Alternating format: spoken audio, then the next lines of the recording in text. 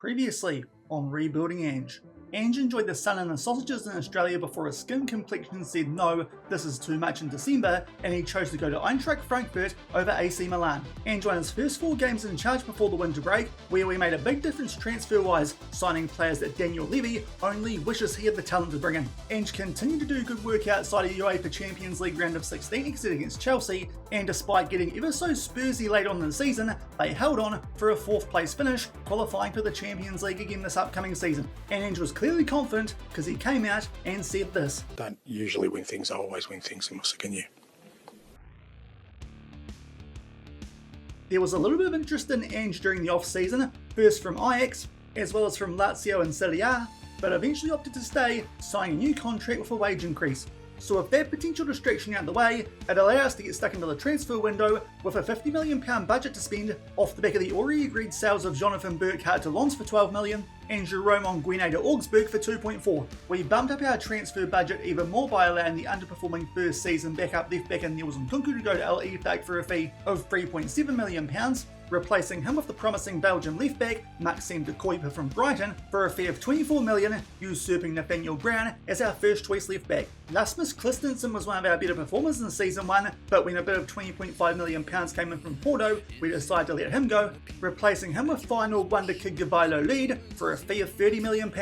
Defensive midfielder Roberto Moraz also left the club, going to Levante for a fee of $3.1 million, replacing him with another wonder kid, this time from Bayern Munich, and Tom Bischoff for $5.25 million, and we also let go of third choice striker Jessic Nankamp for $2.9 million to Augsburg, doing some great business in replacing him with Real Sociedad's Oli Stein Oskarsson for only $3.9 million. Jerome Onguene's departure was covered by Jan Orel-Bissek coming in from Inter Milan for $7.5 million, another homegrown nation player, and our transfer business before the season started was rounded off with Ibrahim Maza coming in from Bayer Leverkusen for $13.5 million. That still left us with just over £10 million to spend heading into our first couple of games of the season, which looked pretty winnable with an easy opponent in the first round of DFB-Pokal and Union Berlin, Cologne and Freiburg to kick off our Bundesliga campaign. And thankfully, Ange hit the ground running as we started things off with a 5-0 win over Lotte in our DFB-Pokal first round clash, with a debuting Ibrahim Maza picking up a hat-trick. That was backed up by a more narrow opening day Bundesliga win, 1-0 at Union Berlin thanks to a shoulder-up goal, before we somehow only drew our home opener with Cologne despite big statistical dominance. We're again dominant stats-wise in our next home game, but this time put the ball in the back of the net with a 4-1 win over Freiburg. And one man who was very happy after the first month of the season was Marco Carnesci, as after not playing a single game for us after we signed him for $20 million last season, Ange had started him in all 4 games so far this season and had picked up a good average rating of 7.38, with Tom Bischoff also getting off to a good start to his first season at Eintracht Frankfurt with a goal and 2 assists from his first 4 appearances. We looked a little bit light at centre-back during this period though, especially with Jan Orel-Bissek being out with an orange injury for a little while, so addressed that with the deadline day signings of João Kwanzaa from Bayer Leverkusen for $9 million and Valentin Gomez from Real Betis for $7 million, clearing out most of our transfer budget from the start of the season. September promised to be a big month, with our UCL fixtures being revealed and them being quite tough early on with an early trio of Barcelona, Borussia Dortmund and Lazio, not that the bookmakers gave us much chance of going deep anyway, with odds of 600 to 1. Our 2-1 draw record set us up quite nicely going to our first big game of the Bundesliga season, where we travelled to take on top of the table Bayern Munich. And it was 2 of our new signings who came up big in this game away from home. First up, Oli Stein Oskarsson put away a ball from shoulder up to give us a 1-0 lead 15 minutes in, before off the back of half-time at the 69-minute mark, it was the former Bayern man and Tom Bischoff who put one away on the volley to give us a big 3 points on the road and end Bayern's undefeated start to the season. A good result considering that Bissek was out for another 4 weeks at this time, and we lost Sergej Pinyeva half hour in with pulled ankle ligaments. That result saw us go joint top of the Bundesliga alongside Stuttgart, Augsburg and Paderborn, but Ange's men had to regain their focus quick before a trip to the Camp Nou to kick off their Champions League campaign against Barcelona, where Ange was able to catch up on some sleep, as this one was a 0-0 ball draw. Not a bad result though, as Barcelona well and truly were on the front foot, with Marco Carnesci making sure Frankfurt picked up a point. Once Ange returned to Germany, caught up on his sleep, his team also regained their winning form with a 3-1 home victory over Paderborn, goals to Larsen, Koch and Skiri, before Tom Bischoff made up for an earlier Ibrahim Mazimus penalty to make sure they beat St. Pauli away 1-0. That meant that Frankfurt had a 1-point gap on top of the Bundesliga over Bayern at the start of October, but their next task was back in the Champions League as they hosted Borussia Dortmund, and there was no chance that Ange could catch up on sleep during this game as it was absolute goal fest. Start off at the 5-minute mark as Adeyemi gave Dortmund a 1-0 lead. Only 15 minutes later though, and Frankfurt had equalised as Ali Wahi got played in behind by Reed and put away in the bottom left corner to make things 1-1. Then with 10 minutes to go in the first half, Maxim de Kuyper made his way forward and picked out Oskarsson on the right hand side, a nice ball over the top to Hugo Larsen, and Wahi picked up a double to put Frankfurt 2-1 in front, and only a few minutes later it got even better as Jean-Matteo Bahoyo made it 3-1 to Frankfurt at half time. Unfortunately, early in the second half, a poor free kick from de Kuyper meant that Galatasaray could make it 3-2 and bring Dortmund back into the game, but off the bench came Tom Bischoff, who again scored and made sure that Frankfurt picked up all 3 points here with a 4-2 win in the all-German affair. Angers men were able to keep their winning form going this over an international break with a 3-1 home win over Bochum, again with a Tom Bischoff goal, and a 1-0 away win at Gladbach thanks to Andreas Schellerup penalty. That meant with 8 games played they still had their 1-point gap over Bayern in the Bundesliga, but were about to take on a Lazio team that Ange turned down during the off-season, these days managed by Zinedine Zidane. And Ange was left wondering if he maybe made the right decision as Lazio absolutely battered Eintracht Frankfurt, Teddy Castellanos giving them the 1-0 lead only 20 minutes in, and a few minutes later it was Matteo Guendouzi who got on the end of a ball into the box that was a bit messy and put it past Carnesci to give Lazio a 2-0 lead at half time, and things didn't get any better in the second half as a bit of a miscommunication at the back between Gomez and Bischoff allowed Teddy to chip Carnesci and give Lazio a 3-0 win, with Eintracht Frankfurt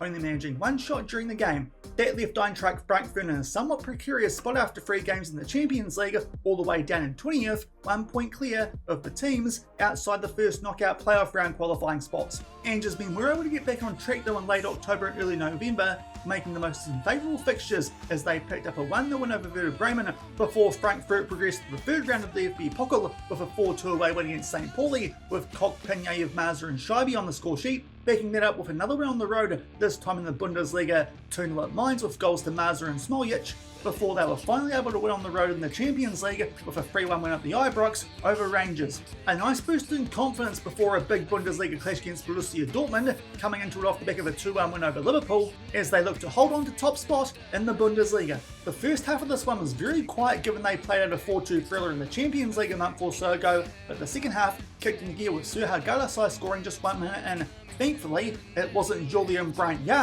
but Julian Brandt off the back of that as he scored an own goal to allow Frankfurt to equalise off the back of a Sergei Pinyayev shot. A few minutes later, and Frankfurt grabbed the lead as Scheibe found Robin Koch from a free kick, and then Scheibe was in the action again, taking a short one as Nathaniel Brown put it away into the bottom left corner, and Frankfurt picked up a 3-1 win, maintained their record as the only unbeaten team so far in the Bundesliga, 1 point clear of Bayern, and now with an 8-point gap back to third place Borussia Dortmund. They backed it up by scoring 3 more goals in the Bundesliga, this time away against Wolfsburg, with Don Bahoyer and Wahi on the score sheet, before inexcusably dropping points at home in the Champions League, having to come from behind to take a point off Club Brugge. That slid them back into mid-table in the Champions League, only a few points clear of the teams outside that first knockout qualifying round. But despite that, the Bull were very happy, giving Ange and me a further £17 million to spend in the upcoming January transfer window. Ange invited me around to sort out our plan with the extra transfer money that the board had given us, but it went awry as we enjoyed far too many drinks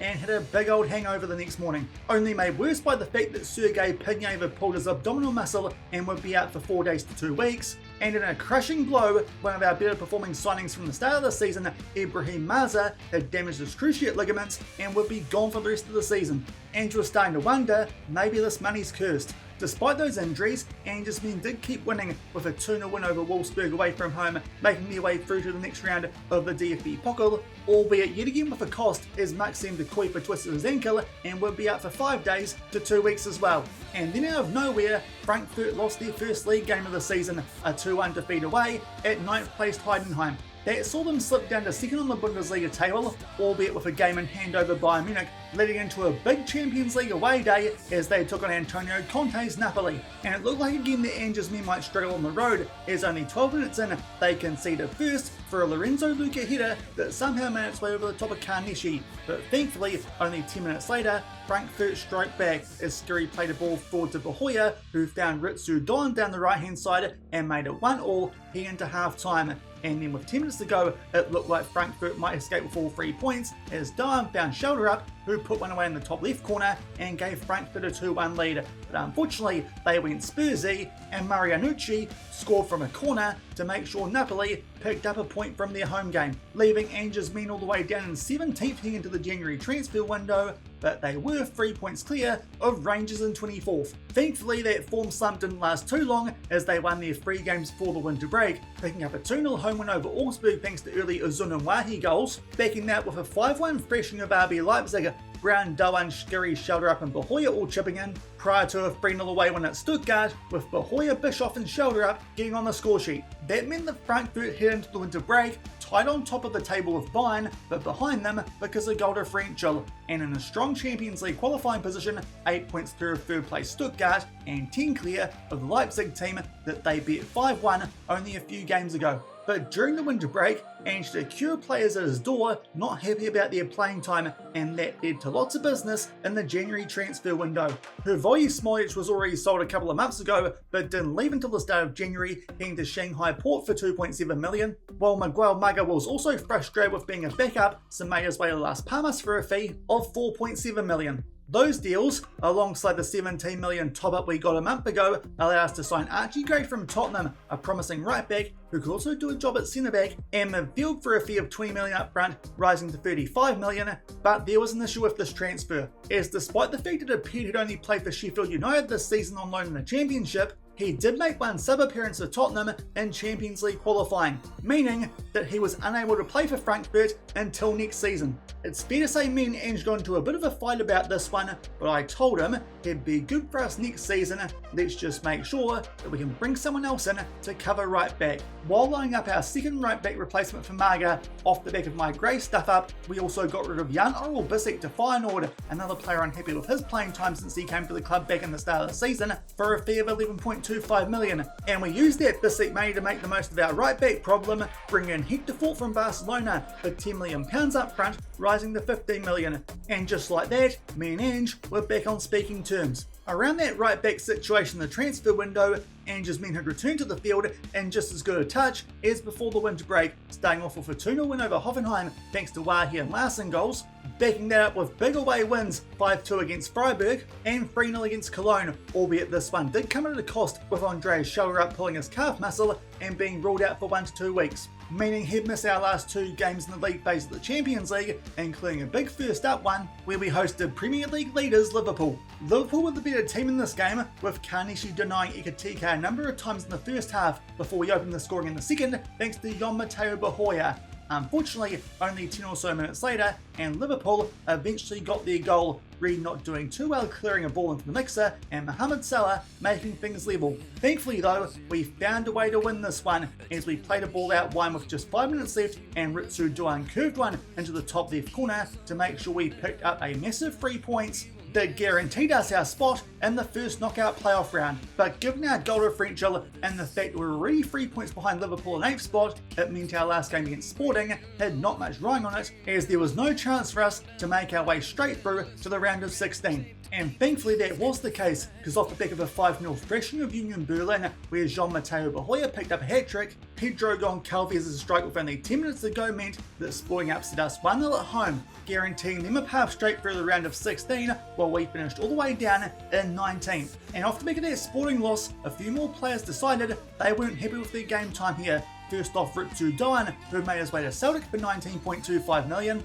as well as Mario Götze, who made his way to Augsburg for 3.3 million. promoting from within to fill the Mario Götze gap as Kanazun was taken off the loan list, allowing us to go a bit more high profile in the Ritsu replacement, bringing in Alan Velasco from Boca Juniors for 18.5 million, coming in as a first choice right winger over Sergei Penyaev. Aurelio Menda was also under bid from 2 Serie A clubs on deadline day, so we again added some more centre back depth, with Tulek Buckman coming in from Bayern Munich for 2.4 million before bringing in another former Spurs player, this time on loan, and Kota Takai, seeing as Arpa Fiate was coming in at the start of next season. And our new signings would have to acclimatise fast, as we had a big double coming up against Bayern Munich, first and clearly the stronger of the DFB-Pokal quarterfinals, before a Bundesliga clash that could decide the destination of this year's title. And Ange's men would run right over Bayern in that DFB-Pokal quarter-final, with Robin Koch popping up early with a goal from a set piece before they extended the lead to 2-0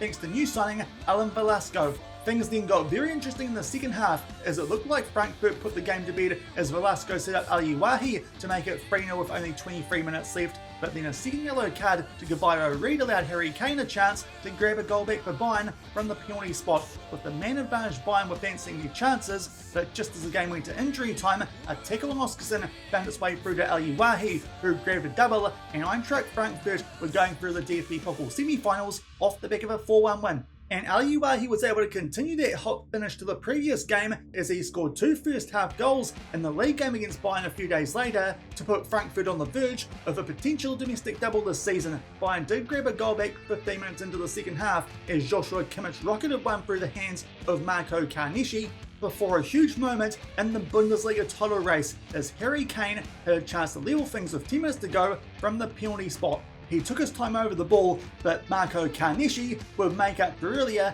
and pull off a big diving save to his bottom right, ensuring that Frankfurt held on for a big 2-1 win and to make them 3 from 3 against Company's Bayern this season. Ange's men now had a 3-point gap over Bayern on top of the Bundesliga and were easily the biggest team left in the DFB-Pokal as they'd take on Mainz in the semis. Frankfurt made sure to keep that 3-point gap over Bayern with a 2-1 away win against Paderborn thanks to Koch and Bischoff goals before making their way into their knockout playoff round tie in the Champions League, where they'd face Lazio, the team that pumped them 3-0 back in the league stage. And things got off to a poor start for Big Ange as he lost his star right winger Alan Velasco to a twisted ankle only 1 minute in. He'd be out for 2 weeks, so would miss both legs. And it looked like that injury might prove catastrophic to their chances of progressing, as only 15 minutes in, Matteo Guendouzi gave Lazio a 1-0 lead. But this time, Ange's men were able to strike back as they made their way forward to the 69-minute mark, and Hugo Larsson did some good work on the ball to level things with 20 minutes left.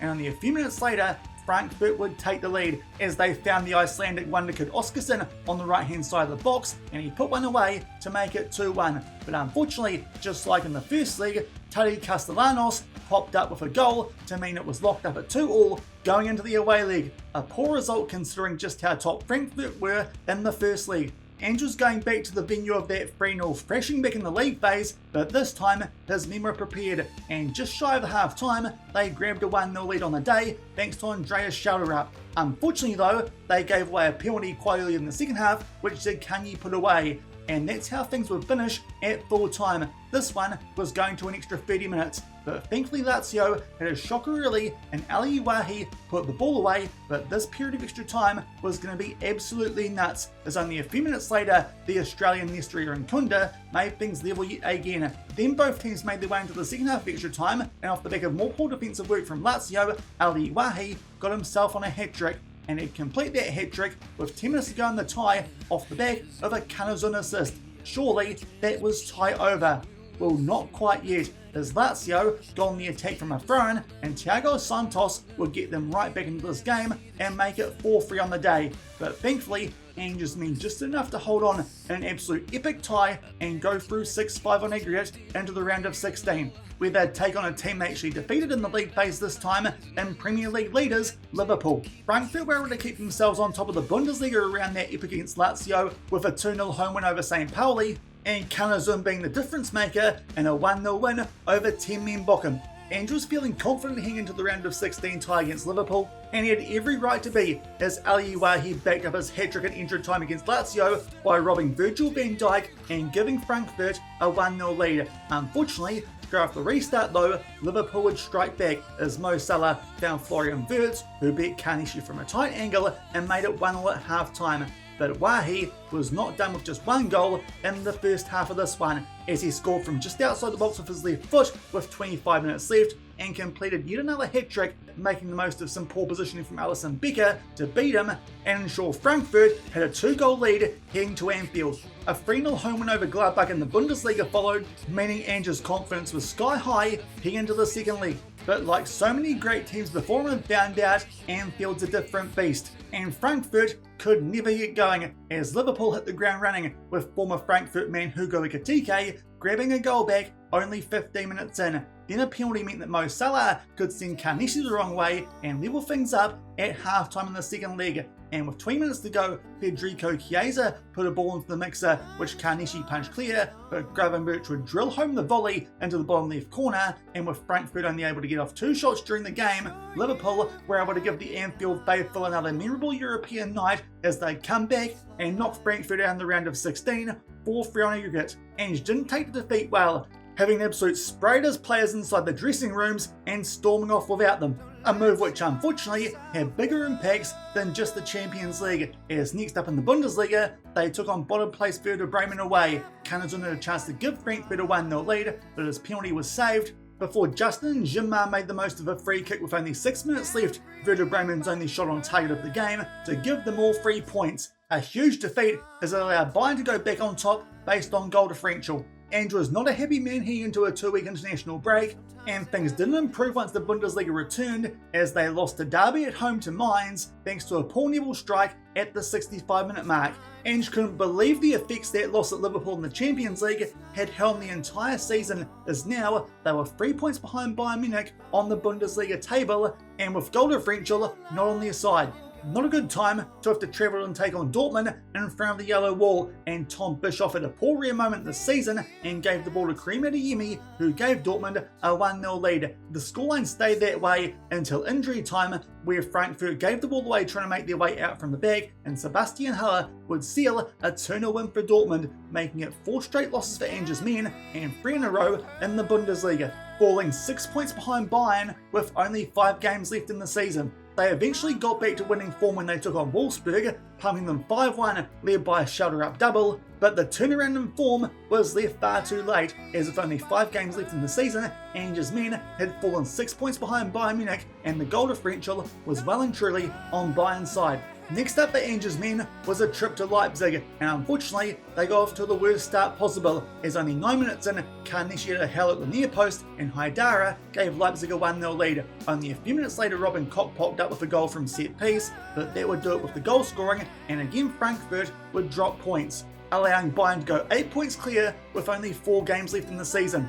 It was becoming very clear to Ange that the only chance of him keeping his record of always winning a trophy in his second season in the club would have to be for the DFB-Pokal. The question being, could they turn around their poor recent form and pick up a win on the road against Mainz in the semi? Being a derby, there were no surprises this was a fiercely contested semi-final, but thankfully, with a half hour to go, it was Jean-Matteo Bahoya who put one away in the right-hand corner to make sure Frankfurt would make their way through to a DFB-Pokal final off the back of a 1-goal derby win. And thanks to an upset on the other side of the draw, it meant they'd take on second-tier opposition in the final in Hertha Berlin. The confidence started to fly off the back of that semi-final win as they backed it up with a 4-1 hammering of Heidenheim in the Bundesliga, but before they could get to their next match against Augsburg, it was already too late, as Bayern's 2-0 win away at Heidenheim meant that they'd secured the Bundesliga title, despite the fact that Ange never lost to Vincent Kompany's men all season long. It was those 2 single-goal defeats off the back of their Champions League exit that proved the difference makers when losing to Werder Bremen and Mainz, as well as their only loss in the first half of the season, a surprise 2-1 defeat at Heidenheim that were costly. Ange had to focus on keeping his men in form heading into the DFB-Pokal final to make sure he would pick up a trophy in his second season, and thankfully he was able to get them there in good shape, off the back of a 3-1 win over Augsburg thanks to an Elyewahi double, a 1-0 home win over Stuttgart thanks to Jean-Matteo Bahoya, before Aliuahi was back in the goals in their 1-0 final day win away at Hoffenheim. It was a best ever season for Frankfurt in the Bundesliga, but Ange couldn't help but think what might have been if only they'd have done the job off the back of their Champions League exit. But his team had found form heading into the DFB-Pokal final, where they'd take on a Hertha Berlin team who were only able to manage 8th place down in the Zweite Bundesliga, and with only one injury concern, with Ibrahim Maza still out with his damaged cruciate ligaments. Ange looked confident as the players warmed up for the DFB-Pokal final, but deep inside, he was an absolute bundle of nerves. Hertha Berlin would line up with a 4-4-2 diamond for the DFB-Pokal final, but in some terrible form while Ange's men were on fire, but surprisingly had gone with a centre-back pairing of Valentin Gomez alongside Robin Koch, and also Tom Bischoff as a segundo volante over Hugo Larsson. The first quarter of the game was quiet, with Frankfurt being on the front foot, but only ever so slightly before they had a throw-in inside the final third. A loose touch from Hertha Berlin allowed Eintracht Frankfurt to be on the attack, and shoulder up would square the ball, but Aliuahi, who again popped up with a big goal in a big game, and gave Frankfurt a 1-0 lead in the DFB-Pokal final with 20 minutes to go in the first half. That alleviated Ange's nerves, but he knew a second goal would be oh so crucial in a cup final, and thankfully that's exactly what Frankfurt would deliver before half-time, as only 10 minutes off back of their opening goal, it was a long ball over the top from Javier Reed, which allowed Aliuahi to get him behind and beat the Hertha Berlin goalkeeper to the ball and complete a double, allowing Ange's men to have a cushion goal lead so he could go a bit more defensive for the remainder of the game. In the second half, Ange dragged Tom Bischoff back to a segundo volante on defend instead of attack like he usually does, and that meant that Ange's men could dominate the second 45 minutes, starving Hertha Berlin of the ball. Ange's confidence grew throughout the game, and as soon as they made their way into injury time, he knew the DFB-Pokal was as good as his, and indeed, Eintracht Frankfurt held on to beat Hertha 2-0 and lift the DFB-Pokal, Ange's first trophy at Eintracht Frankfurt, and making sure he doesn't usually, he always wins a trophy in his second season. Ange enjoyed the celebrations with his players after the game, the end of a long hard season where they really slipped up, but when they did, it was oh so costly, especially in the Bundesliga and the Champions League. Both Feliz Scheibe as well as Ibrahim Maza did well in their limited game time this season. Obviously, Maza not helped by missing half the season with his damaged cruciate ligaments. He'd definitely have a big hand in a third season